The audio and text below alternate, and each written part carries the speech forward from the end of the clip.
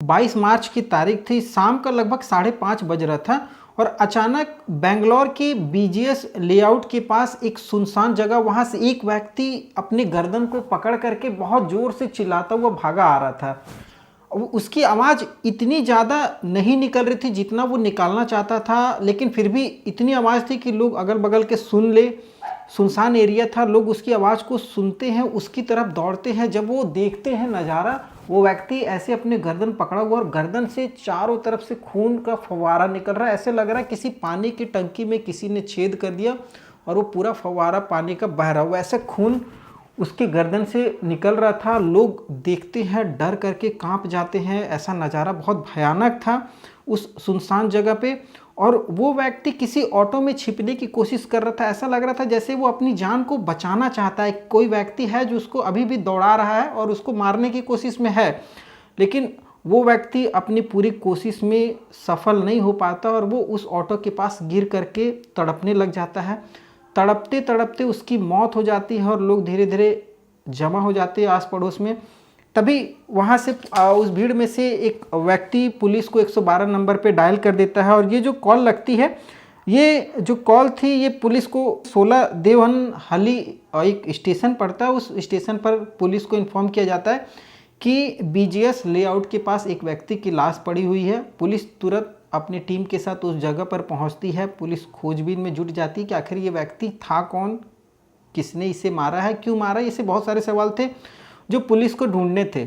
और पुलिस अपनी पूरी जब तफ्तीश अपने ढंग से करती है और जो चीज़ें निकल कर के सामने आती है, वो चीज़ें हर किसी को हैरान करने, परेशान करने पर मजबूर कर देती है, सोचने पर मजबूर कर देती है कि एक ऐसा केस जिसमें एक एंगल से तो लग रहा है कि किसी ने दुश्मनी से इसकी हत्या की है, जबकि जो मामला निकल करके सामने आया वो मामला विश्वासघात का निकल करके सामने आया। विश्वासघात, वो भी किसने, तो उसके खुद के परिवार की, उसकी खुद की पत्नी, उसकी सास ने उसके साथ विश्वासघात किया। ऐसी क्या वजह रही होगी जो उसकी पत्नी ने, उसकी सास ने उसके साथ इस तरीके का डरावना और हैरान करने वाला व्यवहार किया, जानेंगे आज इस कहानी के माध्यम से। नमस्कार, मैं सत्या सिंह और आप देख रहे हैं द बुड़बक मंच।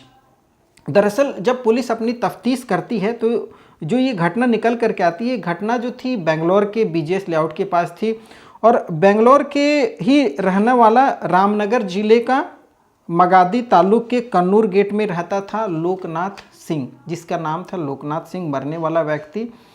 जब इसके बारे में पूरी जानकारी पुलिस को पता लग जाती है कि ये व्यक्ति कौन है, तो धीरे धीरे जब पुलिस तफ्तीश करती है तो मारने वाले में उसकी पत्नी और उसकी खुद की सास का नाम निकल करके सामने आता है। पुलिस सारे सबूतों को जब इकट्ठा करती है और इन दोनों की गिरफ्तारी होती है, तो जब इन दोनों की गिरफ्तारी होती है, जो चीज़ें ये कहती हैं पुलिस को बताती हैं, इन्होंने क्यों मारा है, कैसे मारा है, ये सब सारी चीज़ें सुन करके पुलिस भी परेशान हो जाती है, पुलिस भी घबरा जाती है। किस तरीके से, कैसे कोई महिला एक व्यक्ति को मार सकती है।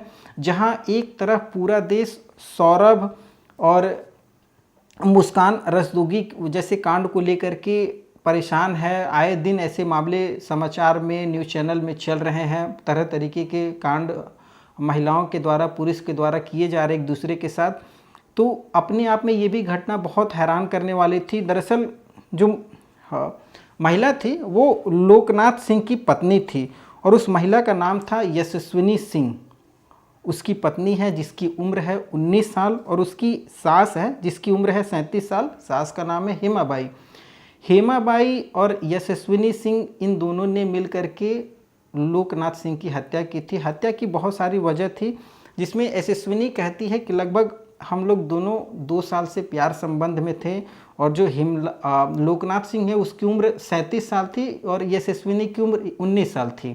तो इन दोनों का 2 साल से प्रेम संबंध था, दोनों एक दूसरे के साथ शादी करने के लिए भी तैयार थे। लेकिन यशस्विनी परिवार को लेकर के थोड़ा सा असमंजस में रहती थी, क्योंकि परिवार वाले जो यशस्विनी के थे वो मना करते थे, उम्र का बहुत बड़ा अंतर था।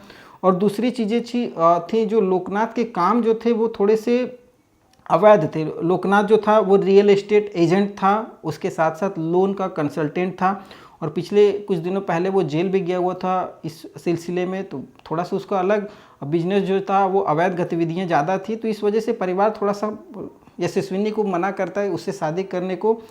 यशस्विनी भी थोड़ा सा असमंजस में थी, लेकिन लोकनाथ जो था वो थोड़ा सा दबंग टाइप का व्यक्ति था, अपने आप को थोड़ा सा पावरफुल दिखाता था यशस्विनी के सामने। उसे डरा धमका करके, उसके परिवार को डरा धमका करके यशस्विनी से पिछले साल ही 2024 में दिसंबर में उससे शादी कर लेता। शादी के लगभग अभी 3 महीने ही हुए थे। धीरे धीरे ठीक सब कुछ चल रहा था ना, अचानक फिर दोनों के रिश्ते में थोड़ा सा खटास आने लग जाती है। यशस्विनी जो थी वो लोकनाथ के काम को लेकर के थोड़ा सा उससे नाराज़ भी रहती थी, उसके व्यवहार को लेकर के, उसके रवैये को लेकर के। और लोकनाथ जो था वो, यशस्विनी कहती है कि वो थोड़ा सा आशिक मिजाज का व्यक्ति था। मतलब अगर वो किसी महिला को देख ले, अगर उसे पसंद आए तो वो उसके साथ फिजिकल रिलेशनशिप, सेक्स वगैरह करने की इच्छा जाहिर कर जाता। अब इसी कड़ी में लोकनाथ जो था वो यशस्विनी की माँ के साथ भी अवैध संबंध बनवाने के लिए यशस्विनी पर दबाव डालता था। कहता था कि तुम्हारी माँ तो अभी बस 37 साल की है और वो भी जवान ही है, तो क्यों ना तुम अपनी माँ से ही मेरा फिजिकल रिलेशनशिप करवा दो। ये सब सारी चीज़ें यशस्विनी जब गिरफ्तार हुई तो बता रही हैं। यशस्विनी कहती है कि जब मैं कभी फिजिकल रिलेशनशिप लोकनाथ को मना कर देती थी, नहीं बनाती थी, तो वो मेरी माँ को लेकर के कहता था कि ठीक है, जब तुम नहीं बना रही हो तो कम से कम अपनी माँ को ही मेरे पास भेज दो, उसके साथ मैं खुश रहूँगा। ये सब सारी चीज़ें थी। घर वाले भी बहुत परेशान थे, यशस्विनी के साथ मारपीट वगैरह होती थी। तो इसी बीच जो माँ और बेटी, माँ मतलब यशस्विनी की माँ हेमाबाई और यशस्विनी, इन दोनों ने मिल करके प्लान बनाया कि क्यों ना लोकनाथ सिंह की हत्या कर दी जाए, और हत्या करके इसको एक दुश्मनी के रूप में दिखाया जाए कि किसी दुश्मनी के, जो इस लोकनाथ सिंह का कोई दुश्मन रहा हो, वो अपने बिजनेस या काम के सिलसिले में इसकी हत्या कर दिया है और हम दोनों पर इल्ज़ाम भी नहीं आएगा। तो इन्होंने कुछ क्राइम सीन वगैरह देखा किसी सीरियल वगैरह में कि कैसे मारा जाए तो हम पकड़ में नहीं आएंगे। तो इन दोनों सास और इन दोनों माँ बेटी ने पूरा प्लान बना लिया, प्लान बनाया। ये अपने ये पूरे प्लान को अंजाम देने के लिए सोच ही रही थी। तभी अचानक एक दिन का समय होता है शनिवार को लोकनाथ जो था अपनी वाइफ को, यशस्विनी को फ़ोन कर देता है। शनिवार की ये घटना है, 22 मार्च से पहले फ़ोन करता है और फ़ोन करके कहता है कि यशस्विनी यार, आज काफ़ी दिन हो गया मिली नहीं हो, तुम अपने माँ घर हो, क्योंकि यशस्विनी अपने माँ घर चली गई थी, झगड़ा वगैरह हमेशा होती रहता था। तो यशस्विनी को फ़ोन करके कहता है कि तुम यार तैयार हो जाओ, हम लोग आज पार्टी करने चलते हैं। तो यशस्विनी देखती है कभी इससे अच्छा मौका नहीं मिलेगा लोकनाथ को मारने का, क्योंकि वो सामने से फ़ोन करके बोल रहा। और लोकनाथ जो था अपनी बहन को भी बता दिया था कि आज हम लोग जा रहे हैं थोड़ा सा पार्टी करने, शहर जा रहे हैं। और वो अपनी एसयूवी जो कार होती है उसको लेकर के निकलता है और ठीक यशस्विनी के घर पर पहुंच जाता है। वहाँ पर पहुँचता है, यशस्विनी पहले से ही तैयार थी, वो उसकी कार में बैठ जाती है। और जो लोकनाथ होता है वो थोड़ा सा पार्टी का मूड में था, तो कुछ नशीला पदार्थ वगैरह भी अपने साथ कार में लेकर के आया था। वो कार को सीधा बेंगलोर के बीजीएस लेआउट के पास एक सुनसान बिल्डिंग के पास लेकर के चले जाता है। और वहाँ जब पहुँचता है तो वहाँ पर यशस्विनी जो थी वो और लोकनाथ, ये दोनों नशा वगैरह थोड़ा करते हैं और लोकनाथ पे नशा का असर थोड़ा सा ज़्यादा होता है, लेकिन फिर भी वो होश में था। इसी बीच यशस्विनी मौका देखती है, जो पहले से वो तैयार करके खाना में नशीला दवा मिला करके लाई थी घर से ही। यशस्विनी पहले से ही, जब लोकनाथ ने उसको बताया था कि आज हम लोग घूमने चल रहे, तो वो पहले से ही खाना पीना बना ली थी, उस खाने में नशीला पदार्थ मिला करके ले आई थी। अब वो पूरा खाना लोकनाथ को खिला देती है। लोकनाथ जैसे ही खाना खाता है तो उस पर उस नशीला पदार्थ का असर जो था वो चढ़ना शुरू हो जाता है और वो बेहोश होने लगता है। बेहोश होता है, जैसे ही उस पर दवाई का असर होता है, यशस्विनी तुरंत अपनी माँ हेमाबाई को फ़ोन कर देती है और फ़ोन करके तुरंत उसको लोकेशन बता देती है कि मैं यहाँ पर हूँ। और हेमाबाई जो थी पहले से ही एक चाकू ले करके और तैयार थी। वो यशस्विनी जो लोकेशन बताई थी उस लोकेशन पर हेमाबाई पहुँच पहुँचती हैं। अब दोनों माँ बेटी का हिम्मत बढ़ जाता है और दोनों मिल करके लोकनाथ के गर्दन पर 2-3 बार चाकू से वार कर देते हैं, सीधे गर्दन पर। मतलब पूरे मारने की इच्छा थी, शुरू से पूरा प्लान था कि मार ही देना है, और गर्दन पर 2-3 वार करते हैं। तो लोकनाथ जो था वो मतलब अपनी जान को बचाने की कोशिश करने लगता है। मतलब थोड़ा सा उसको होश था और वो अपनी जान को बचाने की कोशिश करने लग जाता है। और वो एसयूवी से जो कार लोकनाथ ले करके गया था उससे निकल करके भागने लगता है। सुनसान जगह था, लगभग 150 मीटर वो भागता है एक ऑटो में छिपने के लिए कि बच जाए और कोई लोग आस पड़ोस के मुझे बचा ले। इस कोशिश में जब वो भागता है तो वो अपने गर्दन को पकड़े रहता है और चिल्लाने की कोशिश करता है, लोगों से बताने की कोशिश करता है। लोग जमा भी हो जाते हैं लेकिन लोग उसकी आवाज़ को पहचान नहीं पाते हैं, लोग उसके कहे गए बातों को समझ नहीं पा रहे थे क्योंकि आवाज़ वो निकल ही नहीं रही थी गर्दन से, गर्दन पूरा छेद हो चुका था। फिर भी बहुत कोशिश करता है लेकिन कुछ कह नहीं पाता और धीरे धीरे तड़प करके वहीं मर जाता है।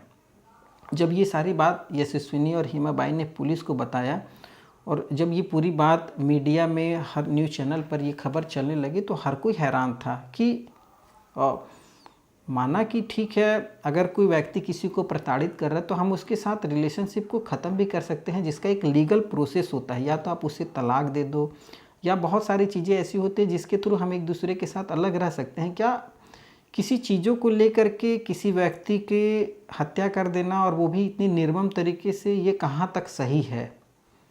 और जिसने भी आज तक गुनाह किया है वो कभी बच करके नहीं रह पाया है। और हमेशा कहा जाता है कानून के जो हाथ होते हैं वो बहुत लंबे होते हैं, हमारी सोच से भी ज़्यादा चलते हैं। क्योंकि हम जुर्म करने वाले 1 से 2 व्यक्ति होते हैं लेकिन जुर्म को पकड़ने वाले कई बड़े बड़े व्यक्ति होते हैं जो हमसे काफ़ी ओहदे में बड़े होते हैं, पढ़े लिखे होते हैं, तो उनका दिमाग भी हमसे ज़्यादा ही चलता है और काफ़ी लोग हमारे पीछे होते हैं। अगर हमें पकड़ना चाहें तो हमें पकड़ लेते हैं। तो इसलिए हर जुर्म का अंत सलाखों के पीछे ही होता है। तो ऐसी घटनाएं जो थी वो थोड़ा सा शर्मसार करती हैं समाज को, सामाजिक रिश्ते को शर्मसार करती हैं और सोचने की ज़रूरत है बैठ करके। खैर, आप क्या सोचते हैं इस पूरी घटना को लेकर के, इस कहानी को लेकर के? इस कहानी को सुनाने के उद्देश्य किसी की भावनाओं को ठेस पहुंचाना या कोई गलत उद्देश्य हमारा नहीं है, बस आपको जागरूक करना है इस कहानी के द्वारा। और वो मैं अपने हर वीडियो में कोशिश करता हूँ इस तरह की कहानियाँ मैं आपको सुनाता हूँ। अगर ये कहानी आपको पसंद आई हो तो आप चैनल को सब्सक्राइब कर सकते हैं। कोई सुझाव हो, कोई आपकी राय हो तो आप हमें कमेंट के माध्यम से भी दे सकते हैं। मैं आपके सुझाव कमेंट को अपने वीडियो में, अगले वीडियो में इम्प्लीमेंट करने की कोशिश करूँगा। फिर से एक बार आगे एक नई कहानी के साथ नए वीडियो में आपके साथ आऊँगा। तब तक के लिए जय हिंद, वंदे मातरम।